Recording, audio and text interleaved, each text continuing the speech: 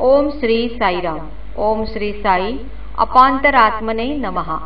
जे कोणत्याही अंतरात्म्यापासून भिन्न नाहीत, म्हणजेच आत्मतत्व आहेत, अशा आमच्या अंतर्यामी असणाऱ्या श्री साईंना आमचा नमस्कार असो. हा भवसागर पार करण्यास आपणास श्री साई सतत सहाय्य करत असतात. भवसागर पार करत असताना दुःख, वेदना व भीतीने त्रस्त असणाऱ्या भक्तांना श्री सत्यसाई सतत मार्गदर्शन करत असतात व त्यामुळे शांती व आनंद रूपी किनाऱ्यावर पोहोचणे सहज शक्य होते.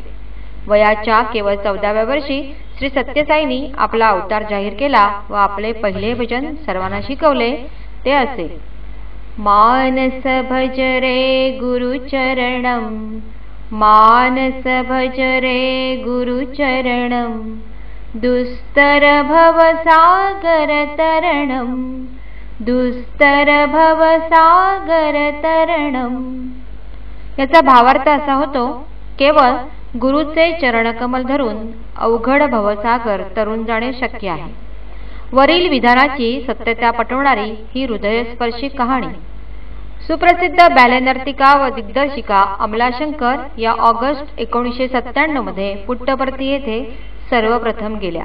ते केवळ त्यांची महामानव ही बुद्धाच्या जीवनावरील नृत्य नाटिका नोव्हेंबरमध्ये सादर करायची होती म्हणून. इतर सर्व महिलांसमेत त्या दर्शनासाठी बसल्या होत्या. ते केवळ एक उपचार म्हणून. अन्यथा त्यांच्या मनात स्वामींविषयी कोणताही भक्तिभाव तर नव्हताच, उलट काहीसे प्रतिकूल मत होते. इतक्यात दर्शन देण्यासाठी स्वामी आले. स्वामी समोरून येत असताना त्यांचा चालण्याचा डौल पाहून हे तर तरंगतच येत आहेत असा विचार त्यांच्या मनात आला. जसजसे स्वामी जवळ येऊ लागले तसे तसे त्यांचे दैवी रूप पाहून त्यांच्या मनातील स्वामींबद्दलचे प्रतिकूल मत बदलू लागले. तेवढ्यात स्वामी त्यांच्या जवळ आले व म्हणाले, उदयशंकरांची पत्नी. हे ऐकताच इतक्या महिलांमध्ये स्वामींनी आपणास कसे ओळखले हा विचार मनात येऊन त्यांना आश्चर्याचा धक्का बसला. तेवढ्यातच स्वामींनी आपले बोट मुलाखतीच्या कक्षाकडे दर्शविले व ते पुढे निघाले. अमलाशंकरांना त्याचा अर्थ समजला नाही. तेव्हा शेजारच्या महिलेने त्यांना उठून मुलाखतीच्या कक्षाकडे जाण्यास सांगितले. जेव्हा इतरांच्या समवेत त्या मुलाखतीच्या कक्षात गेल्या त्यावेळी स्वामींनी स्वतःच समोरची खुर्ची ओढून त्यावर अमलाजींना बसण्यास सांगितले व म्हणाले, तुमचे गुडघे दुखतात ना? डावा गुडघा तर जास्तच दुखतो. त्यानंतर स्वामींनी अमलाजींच्या घरातील मंडळींची विचारपूस केली. त्यांचा मुलगा आनंद शंकर याची तर जास्तच विचारपूस केली व अचानक म्हणाले, लक्षात ठेव, आनंद तुझ्या जीवनात फार महत्वाचा आहे. हे वाक्य त्याने 4 वेळा उच्चारले.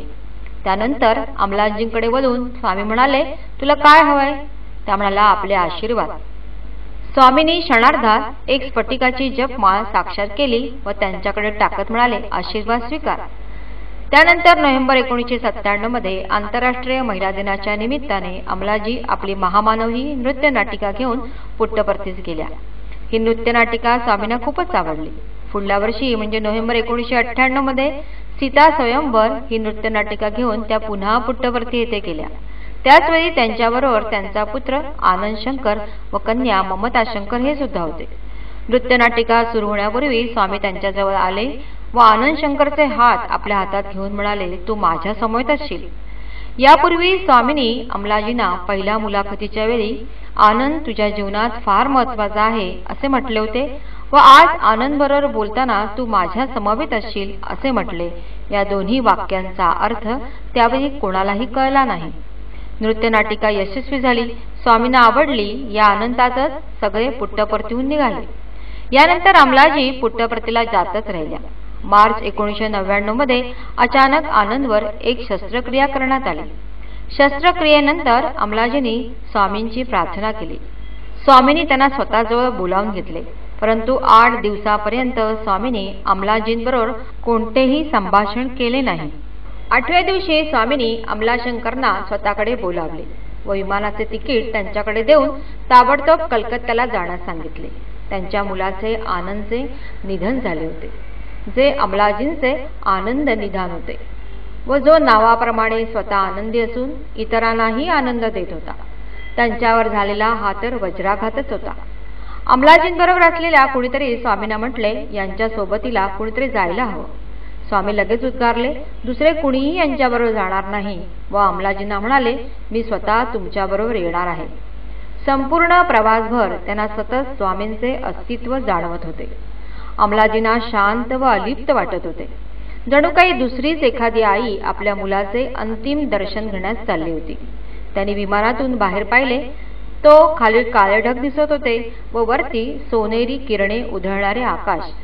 अमलाजींना वाटले, स्वामी म्हणत आहेत, हे पहा, संकटाचे काळे ढग तुझ्या खाली आहेत व परमेश्वरी कृपेचे वरदान तुझ्या माथ्यावर आहे. आयुष्य असंच असतं, त्यातून काय स्वीकारायचं हे तुझ्यावर आहे. वरील दुःखद घटनेवर अलिप्तपणे बोलताना अमलाजी म्हणतात, आज मला कळतंय माझ्या जीवनात आनंद का महत्वाचा होता. भगवान बाबांनी त्यांच्या परमेश्वरी कृपेचा लाभ मला मिळवून दिला व योग्य मार्गावरून मी चालावे म्हणून आत्मिक बलही त्यानेच दिले. स्वामीजी म्हणतात, आपले कर्म करत राहा, तेच आता मी करत आहे व परमेश्वराशी एकरूप होईपर्यंत करत राहणार.